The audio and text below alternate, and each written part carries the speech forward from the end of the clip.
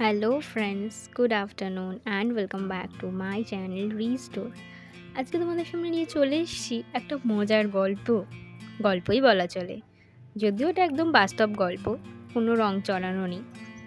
আমি অফিস করছিলাম, হঠাৎ দেখলাম, শুনতে পেলাম হাট হুট হুস হুস এরকম সব আওয়াজ। কি হলো? পিছন ঘুরে জানলায় দেখলাম এই কাণ্ড ঘটছে। একটা বিড়াল বাবাজি উঠে গেছে 3 তলার ওপরে, আর এই যে একজন মহিলা তাকে চেষ্টা করছে উদ্ধার করার।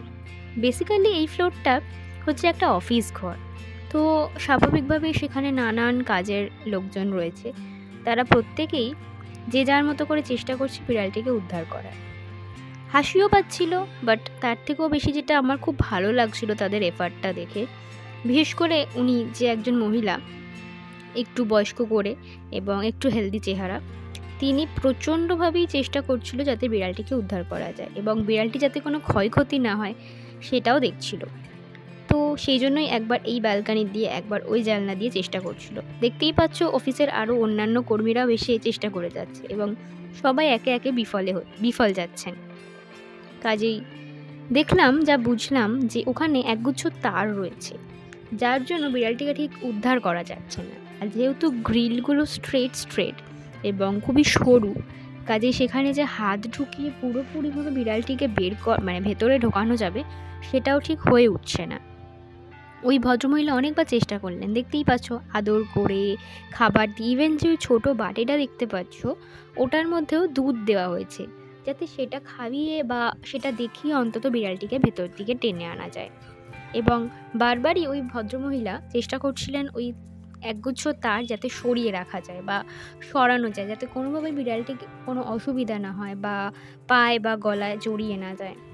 তো এই সব কিছুর মধ্যে বিড়ালটিও প্রচণ্ড রকমের কনফিউজড হয়ে উঠল এবং তাকে আমার তো মনে হলো অনেকটা আমার মতোই, যে খুবই ওভারথিঙ্ক করে এবং এগোবে না পিছোবে, কী করবে লাইফ নিয়ে তার অনেক চিন্তা, অনেক রকমের টেনশন তার মধ্যে কাজ করছে। কাজেই সে একবার এদিকে যাচ্ছে ওদিকে যাচ্ছে, বুঝতে পারছে না। আমি একটু ব্যালকানিতে এসে তোমাদেরকে দেখাচ্ছি কতটা উঁচুতে বিড়ালটি উঠেছে, এবং উঠেছে তো উঠেছে, সে আর নামতে পারছে না, চড়তেও পারছে না। এই দেখো, ভদ্রমহিলা আবার এসে চেষ্টা করছে কীভাবে, কী উপায় একদম সুন্দরভাবে বিড়ালটিকে উদ্ধার করা যায় যাতে বিড়ালটির কোনো আঁচ না লাগে। তাই সে আবার তার সরিয়ে তাকে আদর করে তাকে আবার ডাকছে, কিন্তু বিড়াল বাবাজি কিছুতেই কাবু হচ্ছেন না। একবার এই জানলা একবার ওই জানলা এই করে যাচ্ছে। আর আমিও অফিসের কাজ মোটামুটি একটু শিখে তুলে এই পুরো ব্যাপারটা দেখছিলাম। বেশ ভালোও লাগছিল, মজাও লাগছিল, যাই বললাম। কিন্তু আমার ভাবনায় এটাই আসছিল বারবার, যে বিড়ালটি চাইছেটাই কি, করতে কি চাইছে। একবার এদিক একবার ওদিক, তোকে লোক এত ভালোবেসে ডাকছে, এত রকমের উপায় দেখাচ্ছে। এই যে উনি দেখাচ্ছেন যে এই দেখ, এইখানে খাতাটা আছে, খাতাটা আমি বাইরে থেকে ভেতরে ঢুকিয়ে নিচ্ছি, তুইও এই প্রসেস অ্যাপ্লাই করে ভেতরে চলে আয়। কিন্তু বিড়াল বাবাজি আর শুনে উঠল না। কাজেই সেও ক্লান্ত হয়ে ভেতরে ঢুকে গেল। তারপর আরও একজন এলেন, সেও চেষ্টা করলেন, কিন্তু সেও ব্যর্থ হলেন। নিরুপায় হয়ে সে দরজা জানলা বন্ধ করে দিয়ে চলে গেলেন। আবার কিছুক্ষণ পর আসবেন অনেকে, এই যে দেখতেই পাচ্ছ।